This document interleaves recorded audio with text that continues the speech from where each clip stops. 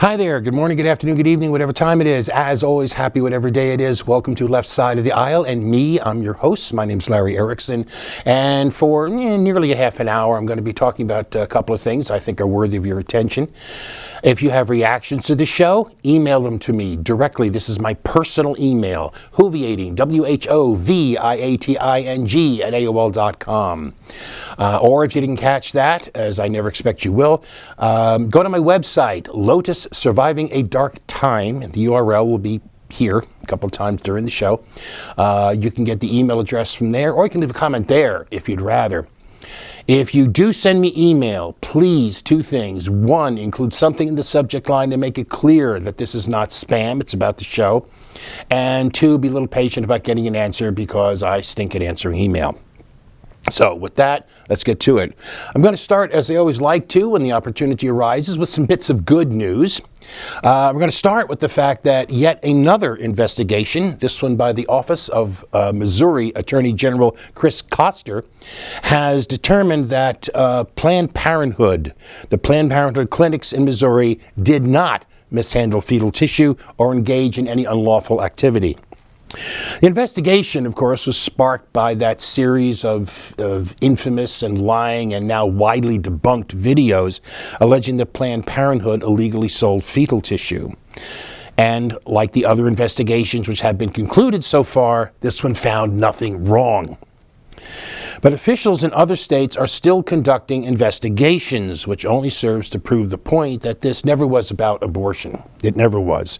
The videos were not the reason for the investigations. They were the excuse for the investigations, because the real reason, the real purpose of all this is to attack the very idea of reproductive rights.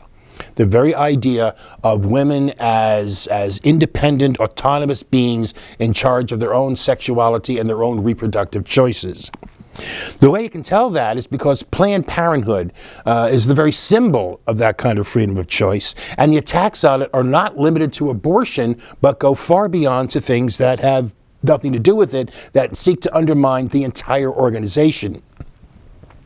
For example, officials in Alabama, Louisiana, and Arkansas have targeted Medicaid funding for Planned Parenthood, which Medicaid funding cannot be used for abortions or any abortion-related services.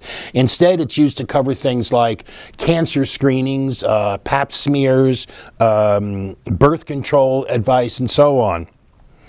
Last week, too, the Wisconsin House passed a bill to stop Planned Parenthood from receiving any federal family planning money. Now, perhaps that bill was just a consolation prize to Governor Scott Walk-All-Over-You, whose campaign for the Gopper presidential nomination has to rank as one of the most amazing collapses in the history of politics. Meanwhile, on a more upbeat note here, Republicans in Congress tried to strip money for Planned Parenthood from a federal spending bill. They failed.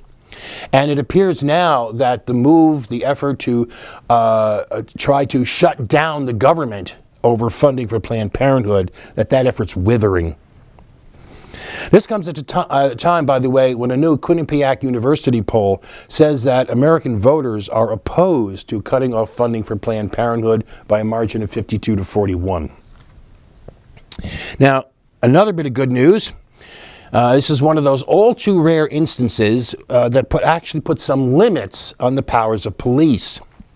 The Massachusetts Supreme Judicial Court, which is the state's Supreme Court, ruled the police can't stop motorists solely because they suspect somebody in the car has marijuana. Elivet Rodriguez was a passenger in a car that was stopped in 2012 after police said they allegedly smelled the odor of marijuana coming from the car. During the stop, the police searched the vehicle. They found a bag containing 60 Percocet pills, and Rodriguez was charged of possession with intent to distribute. Before trial, Rodriguez filed a motion asking that the evidence be suppressed, the evidence from the search be suppressed, arguing that since the state of Massachusetts had decriminalized the possession of small amounts of marijuana back in 2008, that the odor of marijuana coming from a car did not create sufficient probable cause for a stop and search. Now, the trial judge denied that motion, but put the trial on hold while she appealed. And by 5-2, the Supreme Judicial Court agreed with Rodriguez. As a result, the state is going to drop the prosecution because they no longer have any evidence they can use. Justice Margot Botsford, writing for the majority of the court, relied heavily on the 2008 state referendum, which reduced the penalties for marijuana possession to a simple civil fine. That's for an ounce of less of marijuana. And also relied on two previous SJC cases, which said that the smell of marijuana does not provide grounds for police to tell people to exit a car or to search it without a warrant. Which means, in fact, that the present case is essentially just a minor and technical expansion on those previous cases, an expansion on the rule of the smell is not enough. Now, that's good news both for sensible marijuana laws and for the idea that, yes, there actually are things that cops can do which courts later on will not find a way to justify after the fact. Now, however, the fact that the cops are prepared to do this and defend it, and the prosecutors were prepared to argue for it and defend it, and two members of the SJC were prepared to agree with them, well, that means that this issue is not going to go away. All right, next up, a bit of pretty good news on global warming and environment fronts. Royal Dutch Shell is giving up its controversial push to drill for oil in the environmentally sensitive area of the Arctic waters off the coast of Alaska. This area was supposed to be the next big thing in oil production, but after drilling an exploratory well some 80 miles off the coast, Shell just didn't find enough oil to make it worthwhile. And so it's abandoning the region, quote, for the foreseeable future, unquote. Now, the decision was welcomed by environmentalists and climate change activists who have been giving President Obama a lot of heat for his decision to allow the exploratory drilling, even as he touted his commitment to fight climate change, which will, at the very least, require a reduction in the use of fossil fuels such as, oil. Shell, for its part, was quick to include, quote, the challenging and unpredictable federal regulatory environment among its reasons for quitting, and the right-wingers were equally quick to jump on board with that because capitalism, like conservatism, can never fail, it can only be failed. But the truth of the matter is much simpler. With the price of oil at about $45 a barrel, it just wasn't profitable enough. There just wasn't enough money to be made in these waters. Which, by the way, is why Shell said it's quitting the area for the foreseeable future and why I call this pretty good news, because it means if the price of oil does go back up and goes up enough, Shell could be right back to drilling. Unfortunately, now we have to turn to some not good news. In this case, not good news about the death penalty. There was one woman on death row in Georgia. Her name was Kelly Gissendaner. She was scheduled to be killed by the state of Georgia at 7 p.m. on Tuesday, September 29th. That was delayed by a flurry of last-minute appeals, but the last one to the Supreme Court was turned down at 11:30 p.m., clearing the way for her officially sanctioned murder, which took place at 12:20 a.m. on Wednesday. She died by lethal injection. In other words, she was poisoned. Gissendaner was convicted in 1998 of malice murder for having convinced her boyfriend, one Gregory Owen, to kill her husband, Douglas Gissendaner. Now, interestingly, while Owen was the one who actually carried out the murder, she was sentenced to be killed while he was sentenced to life in prison and will be eligible for parole in 2022. The disparity in punishment did not move any court, even as it pointed up the capriciousness of the death penalty. The court maneuverings came after the state clemency board refused to request for clemency, despite calls for that from her children, from Norman Fletcher, a former Chief Justice of the Georgia Supreme Court, who argued that Gissendaner's death sentence was not proportionate to her role in the crime and said that he himself was wrong in having rejected an earlier appeal from her, as well as an appeal for mercy from Pope Francis. No matter, the hangman got his coin, and mercy can hang as well. This sort of news of this surviving rite of barbarism may well be repeated soon. There are 6 official murders scheduled for the United States in the next 9 days. There is one bright note in this. The death penalty in the United States is on the decline every way you look at it. Fewer states have the death penalty. Fewer people are officially killed in those states that do have the death penalty, and fewer people are sentenced to die in the first place. For example, between 1997 and 2005, the nation averaged about 71 of these sanctioned killings a year. Between 2006 and 2013, that number dropped to 44 a year. And in 2014, there were just 35, the lowest number in 2 decades. Meanwhile, the number of people sentenced to die in 2005 is projected to come out at 72, which would be less than a quarter of the number that were being sentenced to die yearly back in the mid-1990s. And as the death penalty itself slowly dies, public support for it is also shrinking. According to the Pew Forum, a clear majority of Americans do still support the death penalty. The figure is 55 yes to 37 no. But that is a sharp decline from 1996, when it was approved by 78 to 18. A 60-point gap has shrunk to an 18-point gap. Now, unlike in some other areas, I can't say with any assurance that justice will come in this area on this topic, but at least it doesn't feel like it's entirely out of reach. All right, next up. As I expect you know, the EPA has discovered that Volkswagen deliberately cheated on air pollution tests on 7 of its diesel-fueled models, including various Jettas, Beetles, Audis, Golfs, and Passats. Nearly 500,000 diesel Volkswagen cars sold in the United States were recalled as a result. The company did this by installing software in the cars that detected when the vehicle was being tested and changed the engine's function to make it look like it was producing less pollution than it actually was. The system involved traps nitrogen oxide, which is a pollutant that can cause emphysema, bronchitis, and other respiratory ailments.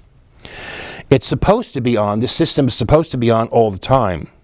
Well, what's happening here is that when the car was being tested, the software turned the system on, but then turned it off for regular driving, which saves some fuel so the company can claim better gas mileage, improves acceleration so the company can claim better performance, but also allows the engine to emit up to 40 times the legal limit of pollution. The scandal multiplied when a few days later, Volkswagen had to admit that 11 million of its cars, most of which were sold in Europe, that 11 million of its cars were actually equipped with this same software. By the way, a quick sidebar here to those fans of industry who always cry for self-regulation of industry, which is always offered as an alternative to big government intrusion. In the United States, automakers perform their own air pollution test and report the results to the government. But the EPA does its own spot checks, and that's how this was uncovered. Self-regulation here is precisely how this happened. Anyway, attorneys general for several U.S. states have said that they're forming a group to investigate Volkswagen's deceit. Germany, France, Italy, South Korea, and other countries say that they're going to look into it. Volkswagen will likely wind up paying hundreds of millions of dollars, maybe billions of dollars in fines, plus spending billions more to repair the cars. But here's the thing. Remember, don't forget, company executives did this deliberately and consciously. They consciously lied and cheated to sell more cars by making them look green while actually spewing out large amount of pollutants that are damaging to the public health. Now, if one of us did that to our own car, defeated the pollution controls and got caught at it, we could be facing bankrupting fines. Federal fines run up to $295,000 and a jail term. Well, VW, of course, will not be bankrupted by this, and no one will go to jail. CEO Martin Winterkorn had to resign, but that and some fines will likely be the limit of personal and corporate effect of what Volkswagen did. But, and this is what I actually wanted to get to, for some people, even that is too much.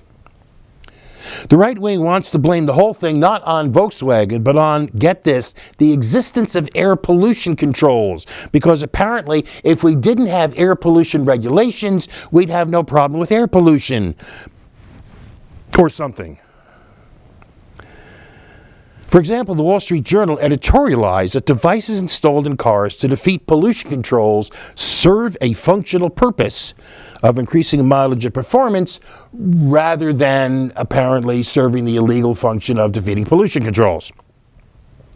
The editorial also suggests that this was just a case of well-known regulatory trade-off, meaning more exactly that the kind of massive cheating Volkswagen engaged in is just, that's the way it's always been done, so why make a big fuss about it now? The National Review blamed phony moral imperatives like automotive emission standards and the worldwide global warming crusade for creating temptations to cheat. A temptation we are supposed to accept that no corporate board could or even apparently should resist if increased profit beckons from the other side. A senior analyst at the Reason Foundation said aggressive regulations are to blame and said that the answer is not to punish Volkswagen but to curb the EPA. A columnist for the UK paper, the Daily Mail, actually blamed the whole thing on, quoting, the pernicious tyranny of the Green Lobby and climate change zealots. And of course, with the rest, he argued that the issue is not that Volkswagen deliberately cheated and lied to evade regulations. The issue is that there were regulations there for them to evade. Oh, and by the way, as a closing note on this, the European Automobile Manufacturers Association gave its response to the scandal, which was, there is no evidence that this is an industry-wide issue. In other words, nope, not us, we're innocent. Which I expect is pretty much what Volkswagen was saying until the moment it got caught. There's going to be more in this kind of thing, but we're going to take a break.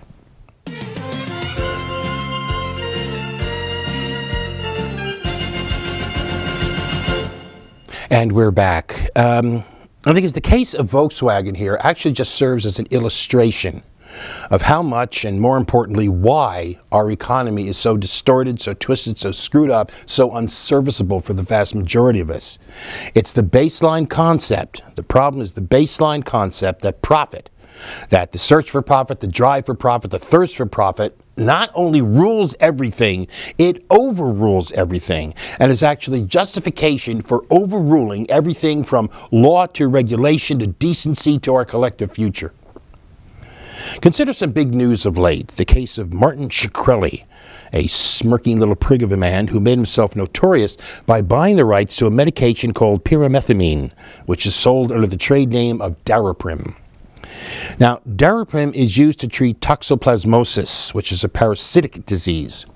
The parasite is actually very common. In fact, it's estimated that about 23% of the U.S. population above the age of 12 harbors this parasite. But in most people, healthy people, it causes at worst some flu-like symptoms, and many people never show any symptoms at all. But infants, the elderly, and those with compromised immune systems, such as people with HIV or cancer patients, they can suffer very serious complications from this. As a result of the fact, plus the fact that up to 95% of the population in certain areas of the world harbor this parasite, Daraprim is on the World Health Organization's list of essential medicines, its list of the medicines that are most important for any basic healthcare system to have. Well, Shkreli bought the rights to the medication and then immediately raised the price from the already absurd $13.50 a pill. Absurd because Daraprim has been on the market since 1953 and costs about $1 a pill to make. Raised the price from the already absurd $13.50 a pill to an unconscionable $750 a pill, a 5,500% increase in one day for a medication needed by some of the most vulnerable. He was roundly, soundly, and justifiably denounced for this across social media, but the point here is how he defended himself.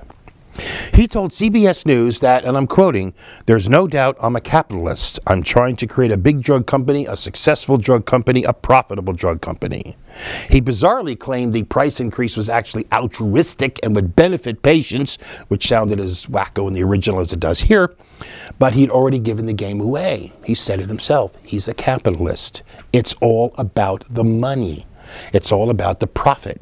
It's all about the greed. It's all about the pure, unadulterated selfishness. It's all about the me first, and the me second, and the me third, and the me so on and so on.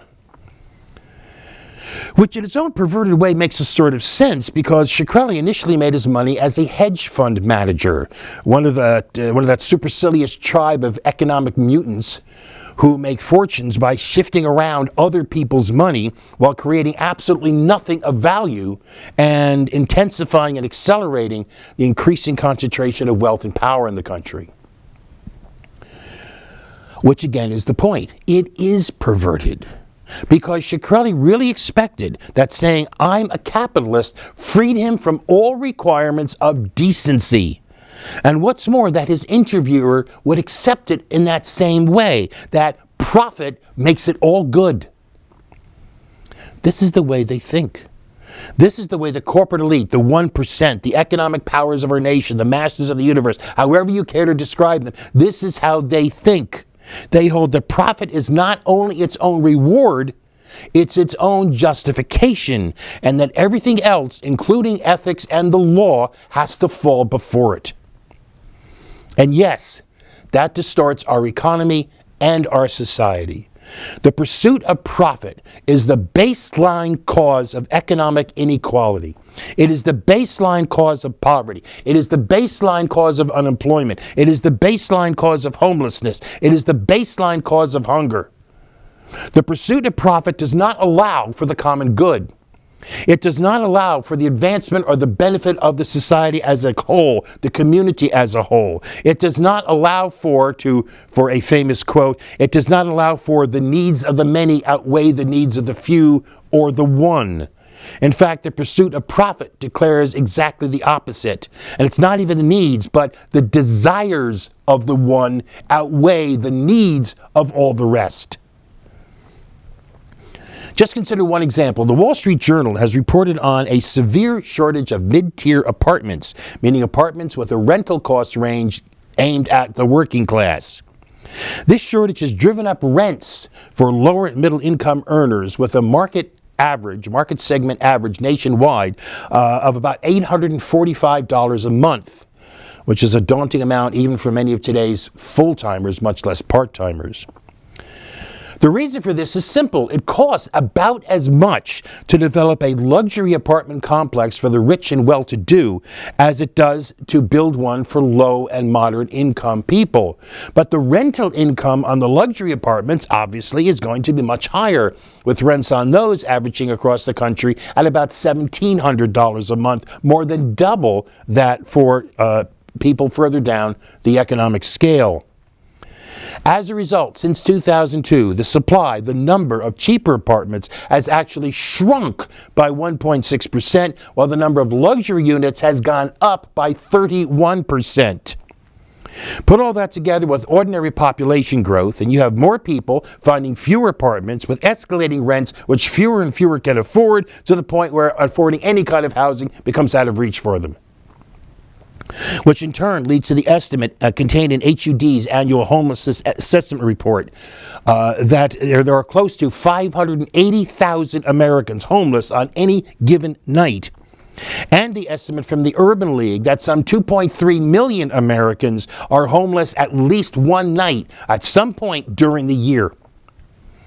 At the same time, according to the Census Bureau's homeownership survey, in the first quarter of 2015, there were 17.3 million vacant housing units in the United States. And this does not include ones that were vacant for just part of the year. That is about 7.5 empty places to live for every person who was homeless at some point during the year. That state of affairs does not exist because of some force of nature or some ineluctable law of physics. It exists because of the drive for profit being placed above the needs of actual living, breathing human beings. It is the drive for profit that produces unemployment that's actually far higher than the supposed official level, because if you include people who are working part-time only because they can't find full-time jobs, and so-called discouraged workers who have dropped out of the labor force because they despaired of ever finding work and so are not counted, if you include them, the unemployment rate goes up to about 23%, Depression-era levels.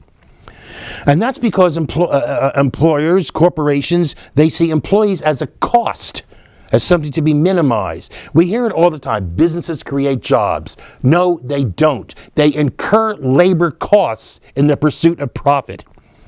That's why, despite the horrendous predictions of massive unemployment if the minimum wage is ever raised, those predictions never seem to come true, because businesses do not make a practice of keeping people they don't need, especially people at the low end of their wage scale, because those people are obviously unimportant, because if they were important, they'd be making more money. A full employment economy is possible. There's certainly enough work to do. The American Society of Civil Engineers puts out a report card on the U.S.'s infrastructure. The Society, in its most recent report, considered 16 areas of concern, 11 of those areas rated a D, with only one getting as high as a B-. So yes, there's a great deal of work to do, but it's not getting done because there's no profit in it for private business, and the rich are not willing to pay the taxes necessary for the government to afford to do it. The pursuit of the profit not only keeps us unemployed and underemployed, it actually threatens our infrastructure by its indifference. And it keeps us poor. Poverty in 2 states, North Dakota and Colorado, is at or below the level it was in 2007, before the Great Recession. Poverty in every other state is above where it was in 2007. Since 2007, median household income for non-elderly families dropped 9%. Over essentially that same period, corporate profits after taxes went up 37.5%. The pursuit of profit keeps us so poor that some 1.5 million American families subsist on as little as $2 per person per day, a 70% increase since the 1990s. Those 1.5 million families include 3 million children, because as the pursuit of profit keeps us poor, it particularly keeps our children poor. 22% of U.S. children, more than 16 million, live in households living below the federal poverty line, which itself is absurdly low. 40% of American children live in poverty for at least some portion of their lives before they reach the age of 18. All those children meet unmet needs, low-quality schools, and unstable experiences that could damage their experiences as adults. That, too, is the result of the pursuit of profit. And what really tops this off is that in all too many cases, it's not even that some enterprise, that some project is not profitable. It's that it's not profitable enough, that there's not enough money to be made, because the drive for profit, the thirst for profit, even overrules profit. If we're to build a just society, we have to recognize that our society, our economy, is built on a false premise. A premise that says profit is the goal. I'm going to have to stop there. I'm out of time. So for the moment, we'll talk more about this, I'm sure. You have the best week you possibly can for right now. And for now, we'll see you next week. Peace.